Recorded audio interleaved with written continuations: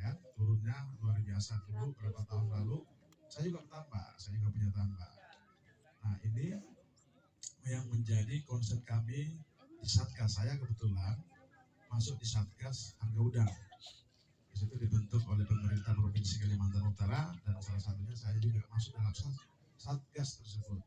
Kami pernah berkoordinasi dengan Dirjen apa itu ya? Lupa saya di KPP. Ya, Dirjen Perikanan datang ke Tarakan. Dan waktu itu gejolak sebelum yang di perikanan ya. Sesudah gejolak itu 1 bulan kemudian kami undanglah Dirjen Perikanan dan kami mendesak. Kenapa kami mendesak? Karena yang di dalam Satgas tersebut semua punya tambak. Akhirnya memang apa yang Bapak Ibu yang notabene petani tambak punya kemauan sama dengan kami, Pak. Bagaimana harga udang itu harus kita minta yang yang masuk akal lah, karena mengingat terkait dengan kita cara bertani yang cukup berat, resikonya bukan cuma melawan alam ya, kadang-kadang juga melawan predator. Saya juga kadang-kadang berkoordinasi dengan yang jaga tambak saya, hati-hati lah, soalnya yang di dalam itu tampak banyak buaya, yang punya juga buaya bos. Jadi dua-duanya jangan sampai jangan terlalu tegang ya, minimal kan dapat intinya. Nah, saya bilang itu, jadi ini yang kami sampaikan ke Dirjen, Pak Dirjen tolong perhatikan kami. Nah, Pak Dirjen tidak punya kewenangan untuk menentukan harga. Kami bilang blok aja Pak, pabrik-pabrik besar itu yang suka ekspor keluar, mereka dapat untung yang luar biasa 3 kali lipat. Kasihan kami yang dihilir, yang di hulu, yang dihilir malah kantongnya saya bilang berlipat-lipat. Kami jangan berlipat, mau dilipat pun tidak ada, saya bilang. Akhirnya kami terpaksa memutuskan harga yang sekarang ini. Ya, itu. Jadi yang memutuskan harga itu kami lah, Bapak Ibu. Dan jangan khawatir, kami tidak ada peran di situ. Kami pemerintahan. Nah, kalau birokrat adalah pemerintah ya. Kalau kami di DPR adalah pemerintahan. Nah, kami di pemerintahan juga sudah maksimal untuk memperjuangkan hak kita bersama petani-petani tambak untuk mendapatkan harga yang bagus. Jadi jangan khawatir, walaupun perda ini terkait dengan tambak memang kami belum bahas itu, tapi dengan masukan-masukan setiap kami koordinasi turun ke lapangan juga seperti ini menjadi dasar, menjadi acuan kami untuk bagaimana membentuk pansus pansus harga udang atau satgas udang, dan nanti akan timbul terkait dengan perda. Karena memang sudah banyak usulan, sudah banyak desakan dari para pengusaha petani untuk minimal ada payung hukum terkait dengan kami petani. Di dalamnya nanti yang terkait dengan ada perlindungan hukum, terus nanti bagaimana kita bisa mendapatkan sertifikat tambak tersebut, dan juga kita dilindungi dengan undang-undang dan harga. Kalau harga itu nggak boleh memang dituangkan di perda, karena harga kan mengikuti harga global, harga internasional. Ketika di sana naik, di sini juga harus naik. Nah, yang menjadi masalah kemarin kan kita juga tidak bodoh-bodoh amat. Kita tahu harga yang berkembang di harga internasional. Nah, itulah menjadi ribut. Nah, ada monopoli, ada Pak. Namanya juga pengusaha kan? Untuk saya kan pengusaha udang, ada monopoli. Disitulah letaknya kenapa sampai ribut kemarin demo untuk minta harga yang disetarakanlah dengan hasil jual. Nah, ini juga menjadi beban kami sebagai anggota DPR dan juga kami sebagai pemilik tambak juga berkeinginan sama dengan Bapak Ibu untuk mendapatkan harga yang bagus. Itu ya yang bisa saya sampaikan terkait dengan harga udang. Kenapa saya bisa menyampaikan ini? Karena memang saya masuk dalam Satgas. Terima kasih.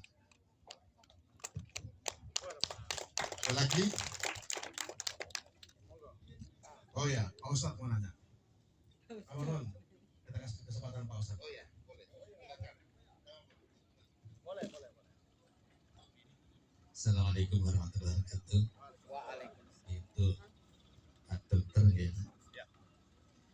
mungkin bisa mewakili bapak-bapak dan ibu-ibu. Kalau daerah provinsi Kalimantan Utara sudah menerbitkan peraturan tentang retribusi jasa usaha. Saya kepingin tahu juga Pak, ya selama ini banyak masyarakat yang mengeluh sejauh mana keterlibatan pemerintah berkaitan dengan adanya pasar gusar. Selama ini kita masyarakat juga bertanya gusar itu siapa yang punya. Setiap hari, mohon maaf, saya itu sempat mencoba dalam waktu 15 menit. Itu kalau dihitung-hitung orang keluar ya, lewat samping masuk harus bayar itu Pak. Saya hitung dalam waktu 15 menit itu kalau 150.000 itu ada. Kan tetapi yang perlu diperhatikan Pak, kadangkala saya suudzon dengan Pak Wali Kota. Kok enggak pernah dilihat berapa kali ibu-ibu belanja ke pasar karena jalannya enggak jelas, rusak banget. Sehingga pada akhirnya kebetulan ibu itu bawa tahu dan kreseknya sangat tipis, akhirnya jatuh hancur Bu. Nah ini baru satu ibu. Kebetulan saya ini mungkin barangkali seminggu sekali ke pasar. Nah inilah sangat prihatin. Ya contoh aja kalau dalam waktu 15 menit tidak kurang 150.000 itu sudah dikatakan semen 2 sak. Dalam waktu 15 menit kalau dikalikan satu hari mungkin bisa jadi 100 sak semen. Kok jalanannya seperti itulah gitu. Kira-kira kalau ibu komplain setuju enggak Bu? Setuju enggak Bu? Yang kuat setuju enggak Bu? Karena saya prihatin banget itu tentang ya Allah, kok bisanya sampai kadang-kala saya itu perasaannya tidak baik mau ngomong dengan Pak Wali nggak enak, walaupun kemarin saya makan bersama di kafe dan kafenya pun berpajak juga ini apa yang disampaikan Pak Dewan tadi. Sekarang mulai kafe-kafe yang ramai berpajak. Yang jelas itu Pak Dokter yang perlu saya tanyakan, saya mewakili masyarakat yang lewat jalan Gusar. Terima kasih. Assalamualaikum warahmatullahi wabarakatuh. Waalaikumsalam. Masuk sana dulu ya. Oke. Saya langsung jawab ya. Terkait dengan pasar. Saya juga merasakan seperti itu Pak Ustadz. Saya kan hobi ke pasar, belanja ikan. Nah, yang terjadi bukan hanya itu kalau saya bilang. Yang saya dapatkan adalah terkait dengan aromanya yang luar biasa. Betul. Iya toh? Di belakang. Kalau saya lewat belakang saya tutup sampai mata tuh saya tutup. Akhirnya Jadi kenapa ya. saya ngomong? Saya bilang kenapa tutup mata? Saya hidup. Iya. Nah itulah yang saya rasakan Pak. Jadi hanya itu apalagi kalau hujan toh hanya saya juga bingung yang pengelola pasar itu siapa. Kalau saya bilang pemerintah kota, yes, karena dia punya kewenangan. Tapi kalau saya lihat di situ yang memungut apakah itu dari pengelola pasar, karena kan gusar itu kita tahu sendiri kan dari dulu yang kelola siapa untuk parkir. Nah kalau kami masuk ke dalam itu bukan tidak bisa, tapi mungkin kami akan berkoordinasi dengan anggota DPR Kota Tarakan karena menjadi kewenangan Kota Tarakan. Tapi ini bukan putus Pak Ustadz, ini menjadi biar kami juga ada kegiatan dengan anggota DPR Kota akan kami sampaikan melalui fraksi kami Gerindra.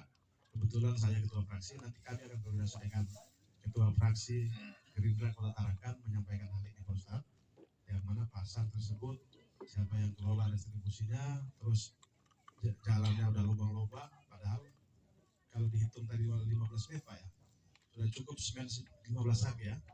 Kalau satu hari itu berapa jam? Dia buka lebih dari 6 jam kan? Nah, cukup harusnya. Nah ini cara pengelolaannya, dia sebenarnya ketika dia tarik untuk kita keluar masuk, ini diserahkan kemana ini yang belum kita. Nah untuk masuk ke situ kami akan melalui melalui Kota Tarakan. Oke Pak Ustadz, mohon izin Pak Ustadz, kalau tadi kewenangan provinsi rumah sakit lah ya, nah, saya langsung turun tangan besok ini.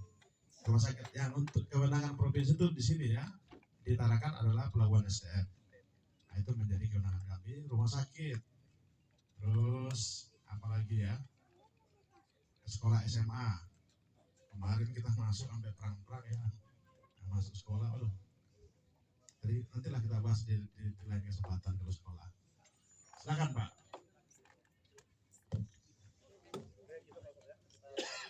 Bismillahirrahmanirrahim. Assalamualaikum warahmatullahi wabarakatuh. Ini untuk mungkin transportasi Pak ya. Dicatat saja, tapi ini sangat urgent Pak. Dari Tarakan ke Julutun itu kan tarifnya 200.000. Sementara durasi yang dipakai sama dengan Tarakan Tanjung Selat Pak, kurang lebih waktunya. Dan saya koordinasi kemarin dengan Dinas Perhubungan, dia itu kan tidak dilalui speed reguler. Saya bilang, ya begitu Pak, karena di situ kan warga Kaltara juga di Jelutong itu, ada berapa orang. Nah sampai sekarang di situ dulunya teriak Pak, kok 200.000 ke Jelutong dan Tarakan dan 145.000. Jadi minta mohon nanti mungkin Pak dikelopkan dengan dia. Jangan ada alasan dari disub kayak kemarin katakan itu tidak dilalui speed reguler, padahal kalau 10 orang diambil juga. Ini perlu catatan. Dan kalau untuk pemilihan kepala daerah kan Jelutong kan ikut pilih Pak, itu dicatat Pak ya.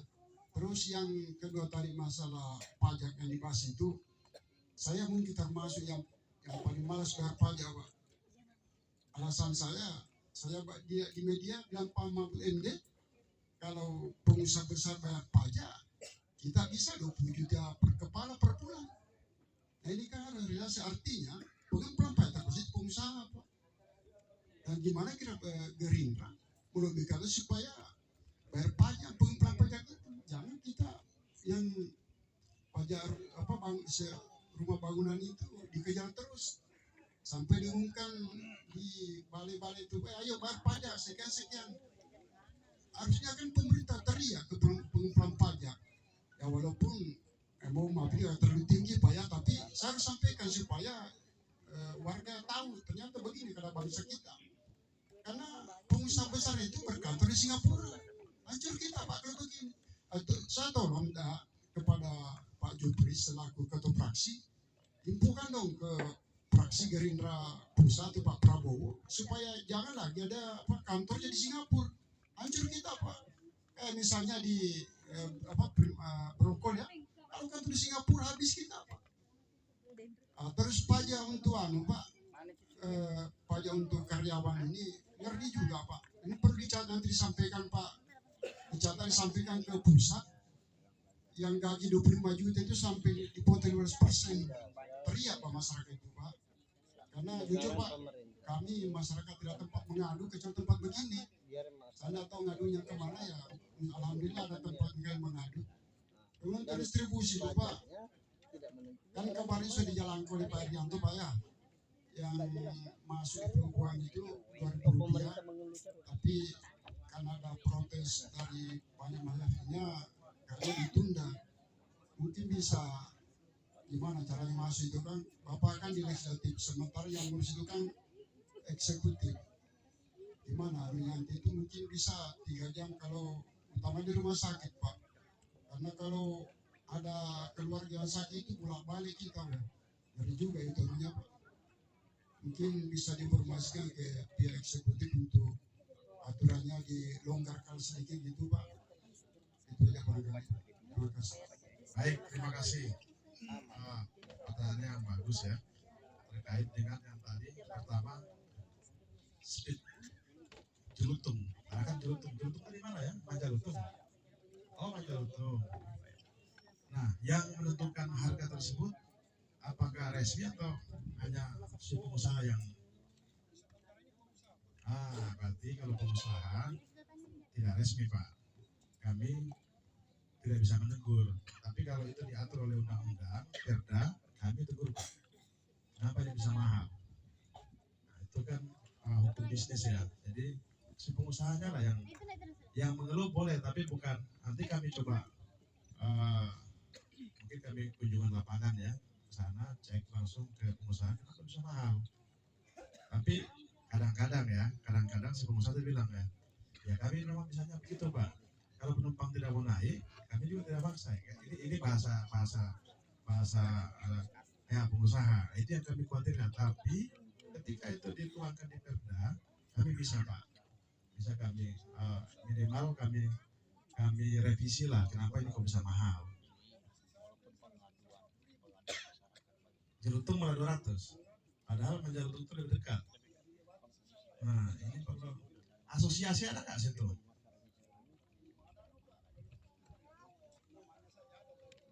Ya, harusnya asosiasi yang turun Pak. Nah, belum. Nggak ada kan? Nggak apa? Ya, bukan. Itu reguler. Yang di bawah reguler, yang mesin satu itu apa ya? Asosiasinya. Nah, itu boleh Pak. Coba koordinasikan dengan ketua asosiasinya, sampaikan ini. Nah, kalau kami di DPR, kalau dia resmi Pak di Perda, bisa kami intervensi.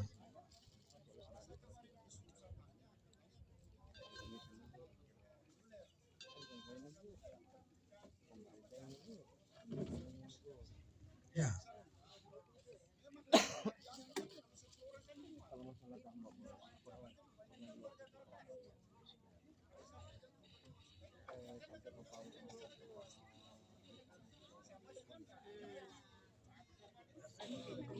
Asmik. Asmik. Nah, boleh. Belum mau hujan, baru angin ini. Izin Pak Iwan, saya ulangi ungkapan saya setelah saya. Itu kan waktu kampanye pemilihan gubernur kan memilih juga orang situ untuk gubernur. Betul. Nah, yang kedua untuk dapil KTT kan memilih juga orang di situ. Jadi dia melalui forum ini sambungan kepada Pak Jupri selaku ketua fraksi Gerindra. Sampaikanlah ke teman bahwa ada permasalahan begini dan teriak penduduk di situ. Durasinya ke Tanjung kurang lebih sama durasi ke Jelutung dan Tarakan Pak. Terima kasih. Oke. Ya. Jadi gini, kami kan di lembaga itu kan harus punya dasar untuk memanggil, katakanlah manggil pengusahanya. Minimal punya dasar atau surat dari pengusaha atau dari masyarakat atas nama aliansi masyarakat teraniaya gitu kan. Bisa Pak. Jadi berdasarkan surat baru kami bisa memanggil. Itu yang pertama. Terus kalau yang terkait kalau itu telah ditentukan oleh Dinas Perhubungan Provinsi tanpa disurati, kami juga bisa panggil Dinas Perhubungan kalau itu diatur oleh pemerintah. Nah, kalau diatur tinggal bersurat aja Pak ke kami di lembaga, tujuannya ke ketua DPR, nanti ketua DPR akan melihat ini kewenangannya siapa, Komisi 1 atau sampai dengan 234. Mungkin kalau terkait dengan transportasi di Komisi 3, kebetulan saya ketua komisinya, jadi pas, no? Nah, bisa kita komunikasikan. Yang kedua terkait dengan pajak, para pengusaha besar itu berkantor ada di luar negara, di luar negeri daripada Indonesia. Kalau mau berubah, jangan lupa 24 ini Pak Prabowo. Ini bukan kampanye ya, karena gini, ini bukan kampanye Pak. Kalau pemilihan untuk presiden. Jadi gini, kami ketika jadi anggota DPR, ini cerita ya, nggak apa-apa ya? Ya. Buru-buru nggak ini? Enggak. Nah, angin aja Pak. Jadi ketika kami sejak mau izin Pak Ustadz, ceritanya nih. ketika kami jadi anggota DPR, kami wajib mengikuti pendidikan yang disiapkan oleh Partai Gerindra. Nah, kami di situ bukan hanya dilatih banyak lah, tapi yang lebih banyak lagi Pak Prabowo itu menyampaikan terkait dengan negara kita ini. Negara kita ini yang mana negara kaya, sumber daya alamnya luar biasa, tapi tidak pernah dinikmati oleh rakyat Indonesia. Di situ poinnya. Kenapa? Banyak yang tadi termasuk pengusaha-pengusaha itu berkantor di luar. Bukan cuma itu Pak, mereka itu menggali sumber daya kita, tapi nyimpan uangnya di bank-bank di luar bank Indonesia. Nah, ini poinnya pendek aja. Ketika Pak Prabowo bilang ketika nanti Gerindra akan menjadi presiden di 2024, ini akan dirubah Pak. Yang tadinya yang pengusaha itu bisa nabung simpan uangnya di contoh bank Singapura sampai dengan 80%, nanti ketika Prabowo jadi presiden akan dirubah. Boleh kalian nabung uang di luar tidak apa-apa, tapi hanya sebatas 30%. Yang 70% akan disimpan di bank-bank negara, bank-bank BUMN. Itu ya terkait dengan pajak. Supaya dana yang banyak di luar itu bisa dikelola Pak, dikelola oleh bank dalam negeri kita. Terkait dengan pajak atau hal yang lain bisa Pak dikelola. Ini bukan janji saya ya, janji Pak Prabowo. Nanti kalau beliau jadi presiden tuntut ke saya. Ya, tapi yang tuntutnya sampai berkamar depan rumah saya, cukup datang dengan kopi kita. Itu ya, 2 poin itu ya. Ada lagi ya yang ditanyakan? Cuma 2 tadi ya. Ya, masih ada lagi Bapak Ibu dalam belakang? Wah, terima kasih Pak Mon. Berdiri sudah. Ini. Baik, Bapak Ibu, sekali lagi terima kasih atas nama pribadi, atas nama lembaga, saya menyampaikan terima kasih kepada Bapak Ibu saudara-saudari saya yang ada di Jembatan Besi, yang berkenan melangkahkan kakinya hadir dalam undangan kami. Walaupun tentu saya tahu kalau udah malam, apalagi ibu-ibu ya, pasti di rumah menyiapkan kebutuhan di rumah, menyiapkan kebutuhan anak-anak, terus menemani suami. Tapi karena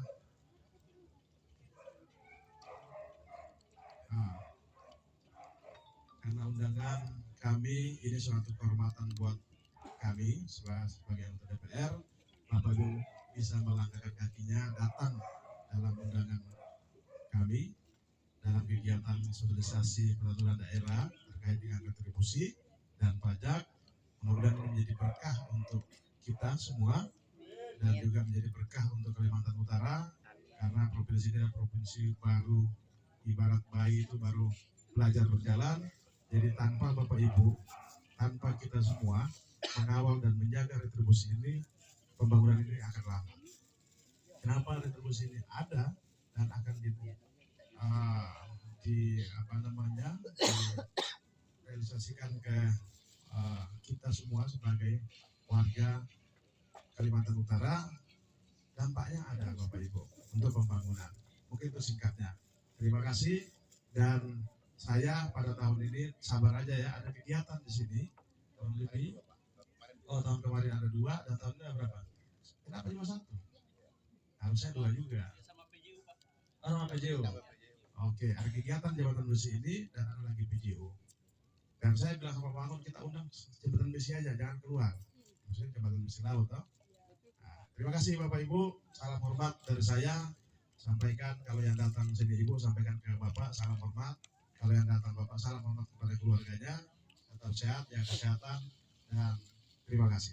Assalamualaikum warahmatullahi wabarakatuh. Selamat malam, salam sejahtera. Baik, terima kasih. Demikian